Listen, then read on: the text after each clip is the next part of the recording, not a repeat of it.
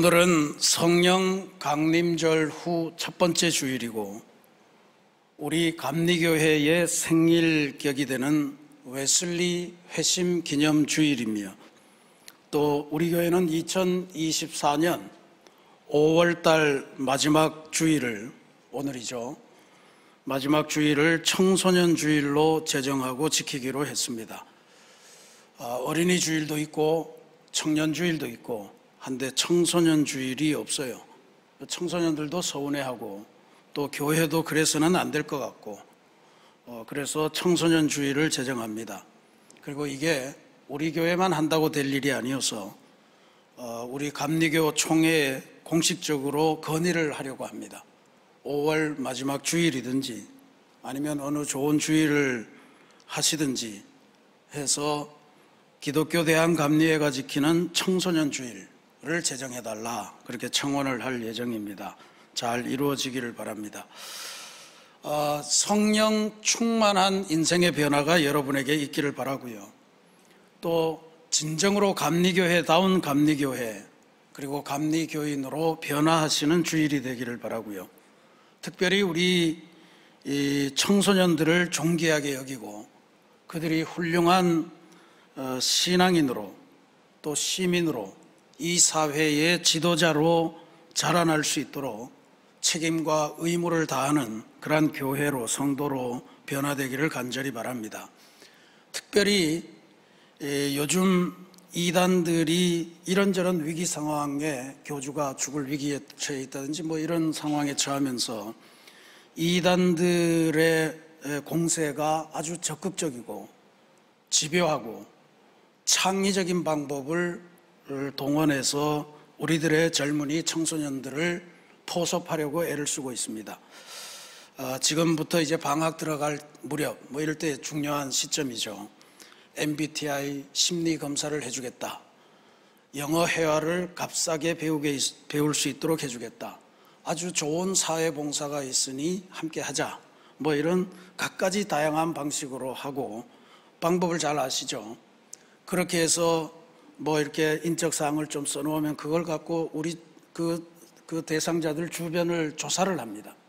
조사를 해서 팀을 짜서 한 6명이 한 조가 돼서 그 사람에게 접근을 하는데 마치 아주 공교롭게도 우연인 것처럼 가장을 해서 접근하면서 하나님의 뜻이 이루어지는 과정이라 그렇게 해서 낚아채 갑니다. 그들이 처음부터 청소년 사역을 하지도 않아요. 교회가 잘 길러놓으면 잘 길러놓은 그걸 홀딱홀딱 낚아채가는 그런 방식을 취하고 있어서 우리가 다시 한 번 더 이 청소년 주의를 기해서 우리 청소년들이 이단의 그릇된 진리에 빠지지 않고 하나님의 교회 안에서 하나님의 자녀로 잘 길러지도록 그렇게 여러분들이 특별히 주의하시고 결단하시고 기도하시는 그러한 주일이 되시기를 바랍니다. 오늘이 감리교 생일이라 그랬습니다만 우리 감리교회 운동을 시작하신 분이 존 웨슬리라는 분입니다. 저도 장로교회 집안에서 태어나서 고등학교 때까지 장로교인으로 살다가 대학에 와서 감리교회를 다니면서 존 웨슬리를 알게 되었고 이 웨슬리의 신학과 사회적인 삶 이런 것들이 너무너무 좋아서 지금까지 감리교인으로 그렇게 신앙생활을 하고 있습니다.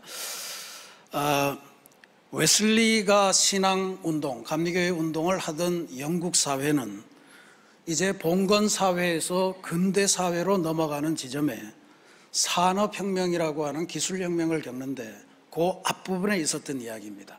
막 농촌에서 농사 짓던 사람들이 계속 지주들한테 모든 걸 다 뺏기고 하니까 도시로 와서 공장의 노동자로 바뀌고 그리고 공장에서는 그 양모들을 농촌으로부터 가져와서 막 방직 산업들이 막 일어나기 시작하던 그 시기예요.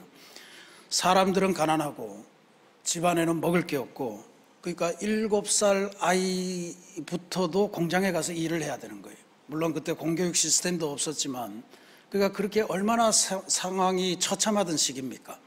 거기에다가 그렇게 번 돈이 생기니까 옆에 또 매춘굴은 또 화랑을 이루기 시작하고요.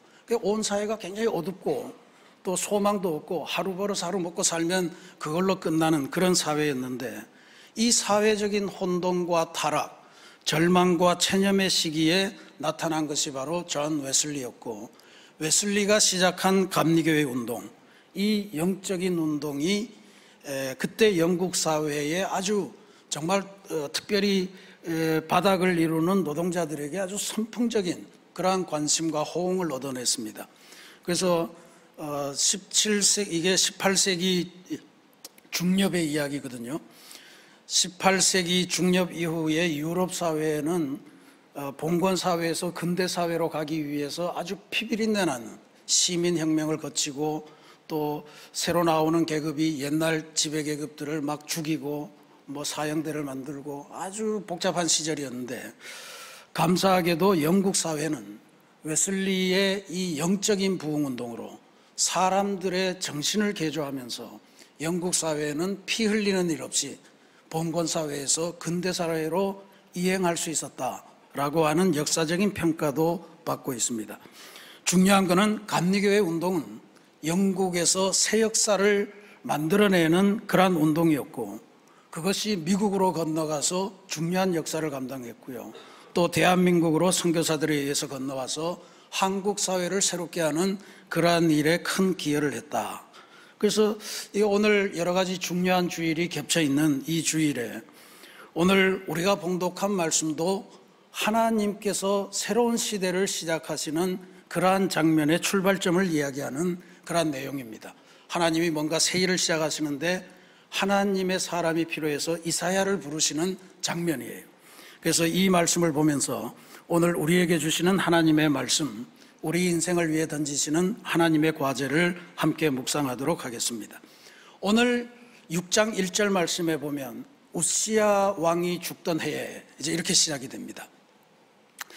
우시야 왕이 죽던 해라고 하는 이 말은 모든 성서학자들에게 대단히 중요한 구절로 그렇게 받아들여집니다. 우시야 왕이 누구냐? 이스라엘이 남북 이스라엘로 분단되잖아요. 북쪽이 이스라엘이고 남쪽이 유다라 이렇게 불려서 한 200여 년 이상 동안 분단된 그러한 나라를 살아가는데, 우시야는 남왕국 유다의 왕이었습니다. 이 사람은 16살에 왕이 되었는데, 왕이 되어서 50년간을 왕으로 통치를 했습니다. 실제로 하나님의 뜻을 잘 받들고 아주 성군이었습니다. 그래서 이스라엘, 통일 이스라엘 때 다윗과 솔로몬이 아주 전성기를 이루었는데, 남왕국 유다에 와서는 이 우시야 왕만큼 남유다 왕국을 부흥시키고 발전시킨 왕이 없었습니다. 굉장히 훌륭한 왕이었는데 50년 다스렸다고 그랬잖아요. 그의 말년에 문제가 생겼습니다. 교만해지기 시작했어요. 갑자기 하나님의 성전에서 제사장이 드리던 그 제사를 왕인 내가 해야 되겠다, 그렇게 주장하고 나섰습니다. 왕이 뭐가 아쉬워서 하나님께 드리는 제사를 자기가 직접 하겠다고 그랬을까? 뭐 이유가 여러 가지 있겠습니다만, 가장 핵심적으로 살펴볼 수 있는 것은 하나님께 드리는 제사의 핵심은 속죄제거든요. 우리가 살면서 지은 죄를 제물을 통해서 사함을 받고 하나님을 뵙는 그러한 삶을 살아가는 게 이스라엘 백성의 신앙 전통인데, 그 속죄제에 대한 문제가 아닐까, 제가 그렇게 짐작을 해봅니다. 왜냐하면 제사장이 있으면 제사장 앞에 가서 내가 이런 죄를 지었으니 속죄제를 드려야 되겠어. 그러니까 이 제물을 받고 내 죄를 하나님에게 사해 주시기를 구해 주시오 라고 해야 되는데, 아마 그게 싫지 않았을까, 이렇게 생각을 합니다. 그래서 자신이 직접 제사를 집전하는 제사장이 되었다는 이야기죠. 이 이야기는 그의 회개가 온전한 회개가 되지 못했을 가능성이 높다는 것을 알려줍니다. 백성들의 죄는 아주 철저하게 못돼 자기 자신이 범한 죄는 그냥 대충 넘기고 퉁치고 넘어가는 이런 사태가 벌어졌을 겁니다. 요즘 말로 내로남불이라 그러죠. 그래서 그러한 사항을 보면서 이 우시야 왕의 말년에 이런 일이 일어났다라고 하는 게 대단히 힘겨운 일이었습니다. 하나님께서도 그것을 그냥 두지 않으셨습니다. 우시야 왕에게 나병이라고 하는 징벌을 가하셨습니다. 그 한평생을 거의 대부분을 정말 아름다운 하나님의 왕으로 섬기다가 인생의 마지막 몇 년을 완전히 나병에 걸려서 나병 환자로 그렇게 비실비실 하다가 죽음을 맞게 되는 안타까운 운명에 처해집니다. 근데 우시야 왕의 이런 비극적인 삶의 결말, 이거는 우시야 왕 개인의 불행만이 아니었습니다. 우시야 왕의 교만, 그리고 그에게 나타난 불행, 이것은 결국 온 유대를 번성하던 국가에서 패망하는 그러한 국가로 전락시키게 만들었습니다. 그때 중동 지역에는 신흥제국 아수르라고 하는 나라가 등장해서 중동 일대를 제패했는데, 아수르가 북이스라엘을 멸망시켜요. 그리고 150년 동안 계속해서 남쪽 유다도 멸망시키려고 그렇게 예루살렘을 여러 차례 침략을 했습니다. 특별히 아수르 왕 산헤립이라고 하는 이 왕이 굉장히 많이 괴롭혔습니다. 그래 결국 이스라엘 백성들이 우시야 왕의 교만, 그리고 하나님의 징계, 이런 것들로 인해서 국력이 쇠퇴하는 속에서 맞이한 것이 바로 우시야 왕이 죽던 해, 이렇게 나타난 겁니다. 우시야 왕이 죽던 해라고 하는 것은 회개하지 않는 지도자, 하나님을 배신한 지도자로 말미암아 하나님의 번영의 역사가 시들기 시작하는 해입니다. 하나님의 근심과 안타까움이 증가하겠죠. 이런 백성이 아니었는데 하나님께서 안타까운 마음으로 역사를 바라보시다가 새로운 역사를 기획하십니다. 그리고 그 새로운 역사를 함께 해나갈 파트너로 선택한 사람이 바로 이사야였습니다. 우리가 지난 주일에 에스겔의 그 마른 뼈가 하나님의 군대가 되는 그 환상을 보셨습니다만, 하나님이 그냥 일하시지 않습니다. 꼭 동력자를 세우셔서 일을 하십니다. 그 이사야가 바로 이제 새로운 역사의 문턱에 서서 이 역사로 진입할까, 아니면 원래 살던 대로 살까 하는 갈림길에 서 있는 거예요. 한문에 위기라는 말이 있죠. 위기. 이 위기라는 말은 위험 그리고 기회, 이 두 가지 단어가 같이 복합된 그런 단어입니다. 그래서 우리는 위기라 그러면 절망만 생각하지만 그건 한쪽의 의미예요. 또 한쪽에는 새로운 시작을 위한 출발의 기회가 된다라고 하는 것을 기억하셔야 됩니다. 어디로 나아갈까? 어느 것을 선택할까? 그게 우리 앞에 놓인 중요한 선택의 기로입니다. 하나님은 타락하고 그리고 하나님을 배신하고 하나님보다 자기가 더 위에 올라가려고 하는 교만을 펼치는 이스라엘의 죄악상을 바라보면서 그 위기 속에서 하나님의 새로운 시대, 하나님의 말씀을 듣고 하나님의 말씀을 가지고 하나님의 역사를 열어갈 새로운 사람과 더불어 새 역사 기회를 만드시고 있었다라고 하는 거죠.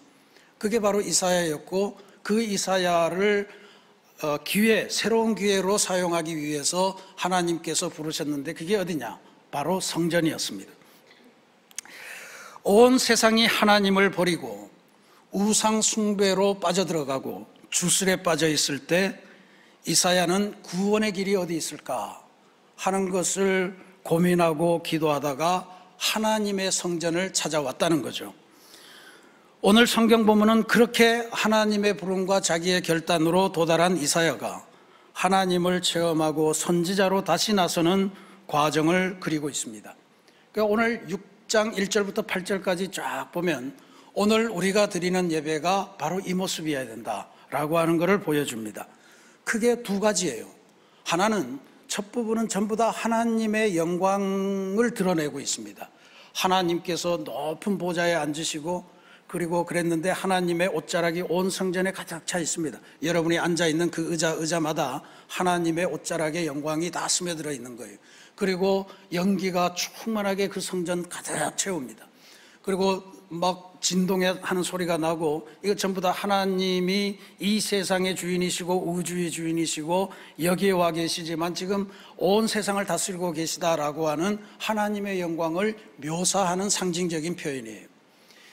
그리고 천사들이 돌아다니면서 막 찬송을 하죠. 천사 스랍들이라고 그랬습니다. 구약 성경에 나타나는 천사가 두 종류예요. 하나는 그룹, 하나는 스랍입니다. 스랍이라고 하는 것은 세라핌이라고 해서 하나님의 보좌 주변에서 하나님을 찬송하는 천사들이, 그룹이라고 하는 천사들, 이 케루빔이라고 하는 이 천사들은 호위무사 같은 역할을 합니다. 하나님의 보좌를 지키고 또 에덴 동산에 타락한 아담이 쫓겨나서 다시 에덴 동산에 못 돌아오도록 그 화염산을 지키고 있던 천사가 바로 그룹들이었습니다. 그 중에 하나님을 찬양하는 천사가 지금 하나님의 영광을 위해서 거룩하다 거룩하다 거룩하다 만군의 여호와여 그의 영광이 온 땅에 충만하도다 찬송을 하는 그런 장면이 나타납니다. 우리 찬양대 같은 거예요. 그 다음에 나타나는 장면이 인간의 변화입니다. 이사야가 이 광경을 보고 하나님을 직접 배웠으니 내가 죽게 되었도다, 화로다, 내가 망하게 되었도다, 그렇게 탄식을 하잖아요. 구약 신앙의 전통을 따르면 살아있는 사람이 하나님의 얼굴을 배우면 죽게 된다라고 하는 신앙적인 관념을 갖고 있었습니다. 왜 그러냐면 죄인이 죄 없는 하나님을 봤기 때문에 하나님으로 말미암아 죄인이 죽을 수밖에 없다, 그런 거예요. 그러니까 이사야가 그 하나님의 영광을 보면서 화로다 나여 망하게 되었도다, 죽게 되었도다, 이런 탄식을 하는 거죠. 근데 하나님께서 어떤 방식을 택하시냐 하면 이사야를 죽이는 대신에 이사야가 죽을 수밖에 없는 죄악을 사해줘 버리십니다.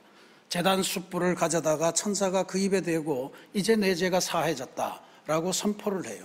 그리고 하나님을 만나고 하나님을 만나도 죽지 않게 되고 하나님으로부터 새로운 과제를 부여받는 하나님의 일꾼으로 변화되는 모습입니다. 이게 대단히 중요한 이야기죠.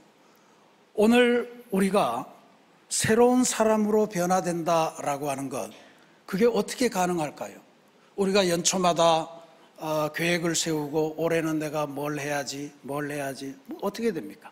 다 작심 3일, 작심 3분 이렇게 되면서 망가집니다. 인간의 능력으로 할 수 있는 일이 아니다, 이런 이야기예요.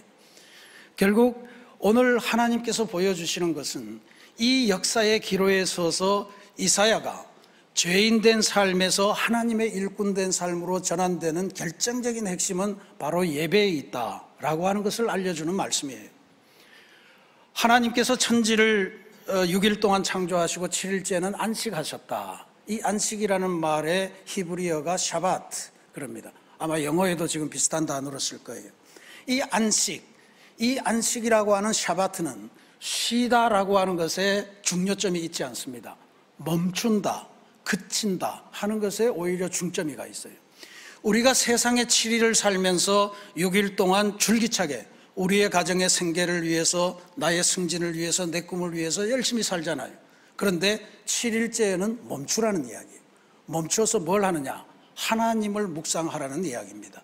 하나님은 나를 왜 창조하셨을까? 하나님은 나에게 무슨 목적을 갖고 계실까? 하나님은 나를 위해 무슨 계획을 갖고 계실까? 그것을 집중하라는 이야기예요. 그런데 주일을 안식, 쉰다는 거로 생각해서 주 일부 예배 드리고 골프장으로 가고 어디를 돌아다니고, 이거는 안식일이 아니라는 이야기예요. 예배를 온전히 드리고 예배를 통해서 하나님께서 나를 향해 갖고 계신 그 계획, 하나님이 우리 가정을 향해 갖고 계신 그 계획, 그걸 아주 심각하게 성찰하고 심각하게 바라보면서 하나님에게서부터 나오는 그 말씀을 듣는 것, 이 굉장히 중요합니다.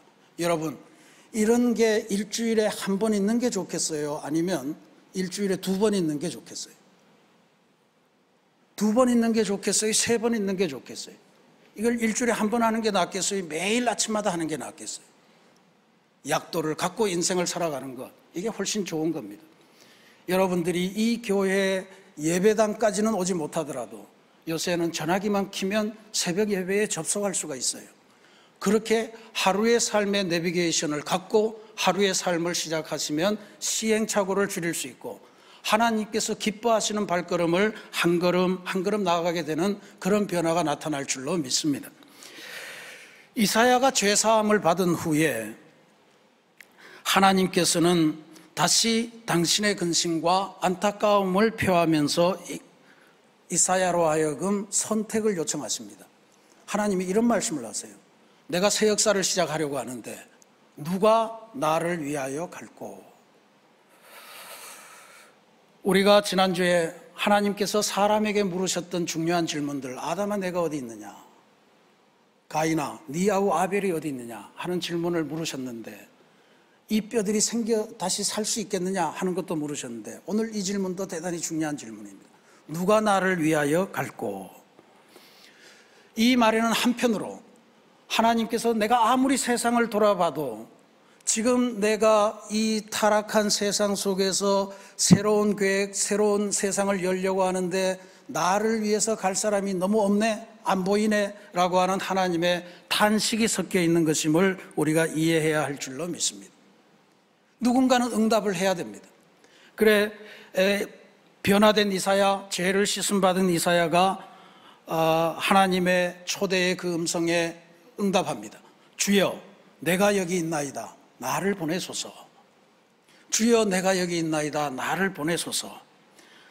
제가 예전에 부목사로 청년 목회를 할 때 이 주제를 가지고 우리 청년들에게 도전을 하겠다고 이렇게 주제를 걸고 수련회를 하는데, 강사 목사님을 모셨는데 그분이 오시더니 첫 마디가 그래요. 아니 너네들이 도대체 뭐길래, 네가 감히 뭔데 주여 내가 여기 있나이다, 나를 보내소서, 이런 교만한 말을 할 수 있느냐 이러면서 깜짝 놀라게 한 적이 있었습니다. 근데 정말 진지하게 보십시오. 이게 이사야가 하나님 아무리 세상 돌아봐도 나만한 인간을 찾을 수가 없을 겁니다. 그러니 나를 주님의 종으로 삼으시고 택하셔서 주님의 일을 하십시오 라고 하는 교만한 고백이 아니라라고 하는 것을 알 수가 있죠. 나는 죄인이고 하나님의 얼굴을 봐서 죽을 수밖에 없었는데 하나님이 일꾼 삼고자 살려주셨고 죄를 사해 주셔서 지금 여기 그나마 서 있으니 하나님 나 같은 거라도 어떻게 가능하시다면 제발 사용해 주십시오 라고 하는 겸손한 표현 아니겠습니까? 여러분, 우리가 하나님에게 부름받았으면 이와 같은 고백을 할 수 있는 그러한 존재가 되기를 부탁을 드리겠습니다. 내가 이 대답을 하고 싶어도 나는 능력이 안 돼, 가진 게 없어, 아는 게 없어, 말도 못해, 이렇게 변명할 수도 있어요. 근데 하나님의 역사를 보면 하나님은 부르신 사람을 그냥 사용하시는 분이 아니라는 것을 알 수가 있습니다. 하나님이 사람을 부르실 때, 초대하실 때 그 초대에 응하면 누구든지 이 일을 감당할 수 있는 능력도 주시고 지혜도 주시고 환경도 주셔서 준비된 사람으로 하나님의 일을 동력하도록 만들어 주신다라고 하는 것을 우리가 성경을 통해서 배웁니다. 당대의 의인이라고 소문났던 노아, 이 노아도 하나님의 음성을 제대로 듣기 위해서 120년 동안의 세월 동안 그가 마른 하늘 밑에서 언젠가 비가 올 것이라는 하나님의 명령을 믿고 방주를 만들었던 훈련을 했다는 거예요. 이스라엘 백성의 역사가 갈릴리에서 멈추지 않고 애굽 땅에서 시작할 수 있도록 길을 연 사람이 요셉입니다.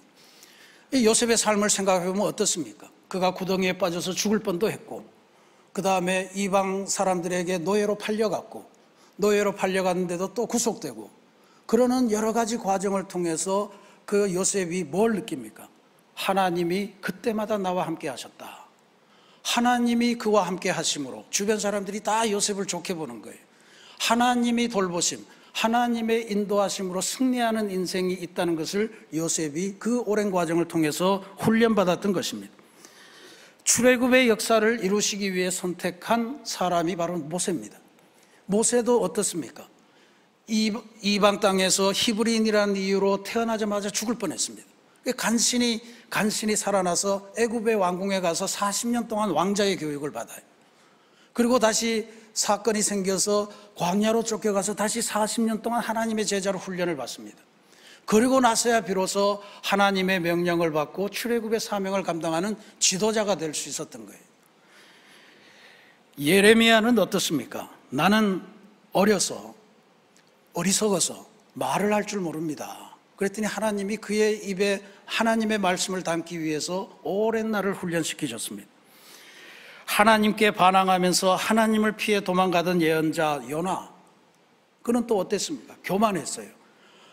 어떻게 하나님이 내 생각과 다르게 저 니느웨 사람들을 구원할 수 있다는 말인가? 어떻게 그 명령을 나한테 내릴 수 있다는 말인가? 그러다 호되게 혼나죠. 큰 물고기 뱃속에 들어가서 죽음에 이르는 고통을 3일이나 겪고 되살아나서야 비로소 하나님의 명령을 전달하는 선지자로 바뀝니다.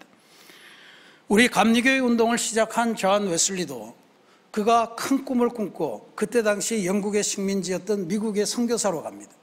내가 설교를 하면 온 세상 사람들이 다 몰려들겠지 했는데 1년 반 동안의 선교사 생활 동안 단 한 명의 개종자도 만들지 못하고 쓰디쓴 패배를 안고 영국 땅으로 다시 접고 돌아올 수밖에 없었습니다. 그리고 도무지 이 하나님의 구원의 역사가 뭔가 당대의 유명한 스승들을 찾아다니면서 그렇게 자신의 믿음을 되짚어보는 그러한 훈련의 과정을 밟지 않을 수 없었습니다.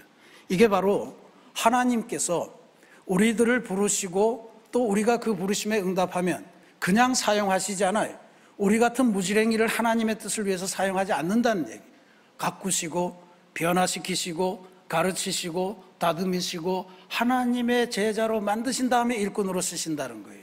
그 예배가 중요한 겁니다. 예배를 통해서 변화되는 역사를 있는 거예요.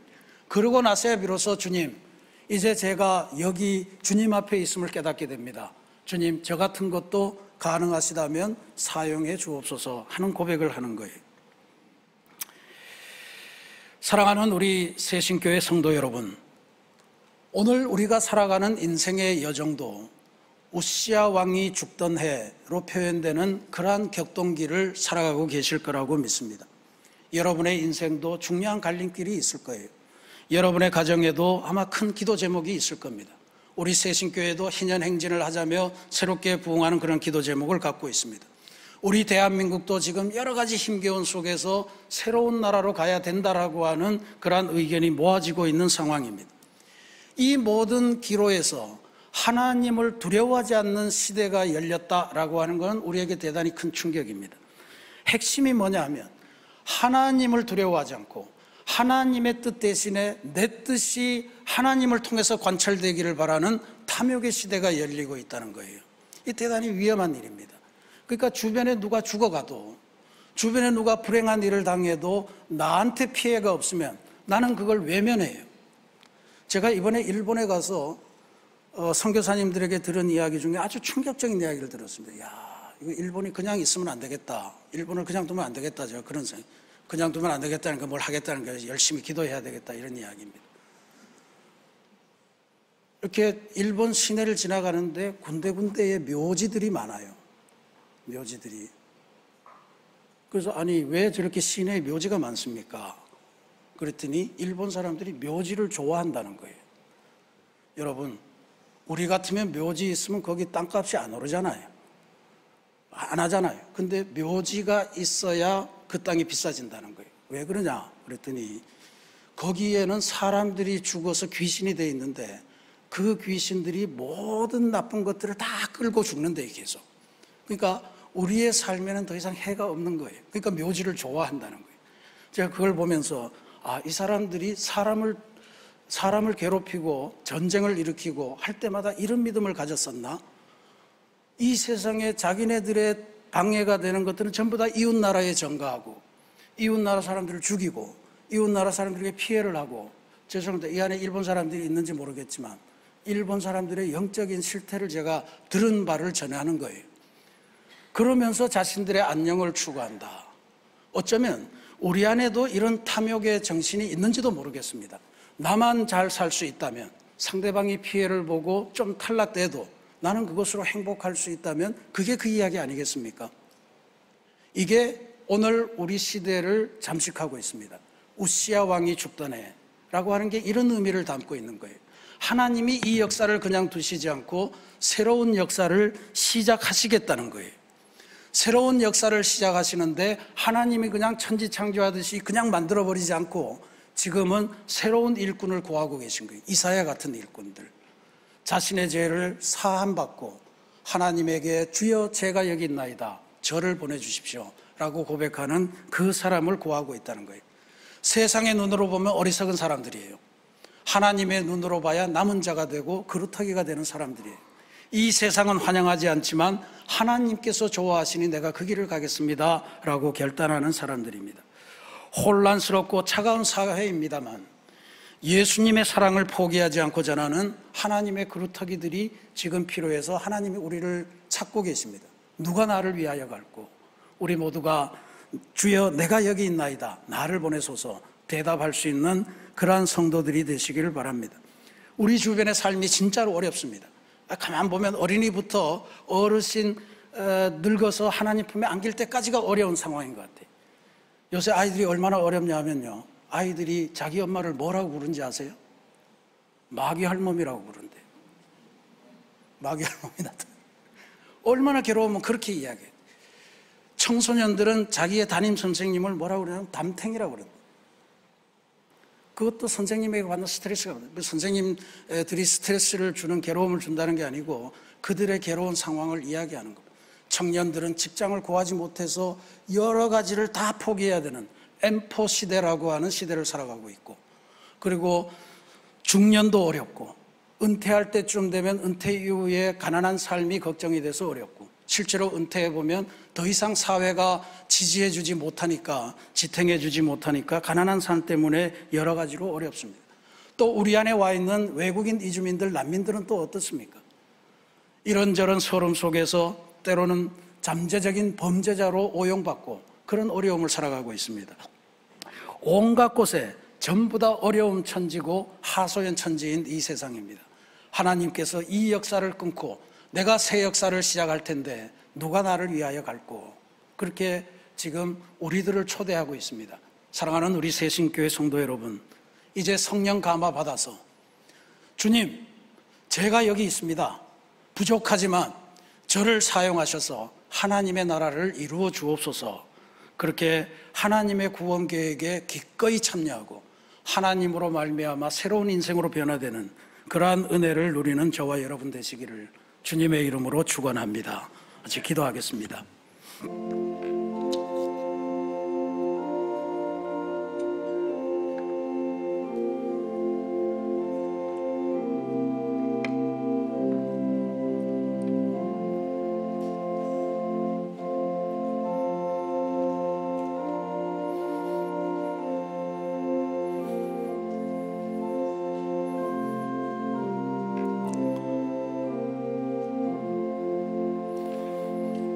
사랑과 은혜가 충만하신 하나님, 오늘 우리가 살아가는 삶을 곰곰이 생각해 보니 우시야 왕이 죽던 해라고 하는 표현에 담긴 격동과 변화의 시기인 줄을 다시 한번 깨닫게 됩니다.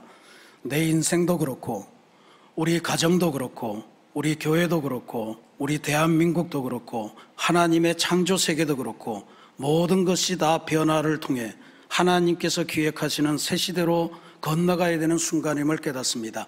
하나님께서 이 새 시대를 열면서 동력자를 구하고 있는 안타까운 음성을 듣습니다. 누가 나를 위하여 갈고? 하나님의 근심을 들어드리는 우리 성도들이 되게 도와주옵소서. 하나님께서 채워주심을 믿고 주님, 제가 여기 있음이다, 나를 보내주옵소서 하면서 하나님의 초대에 응해서 하나님의 새 시대를 여는 위대한 일에 동력자로 쓰임받는 우리 모든 성도들이 되게 주님 역사하여 주옵소서. 예수님 이름으로 기도합니다. 아멘.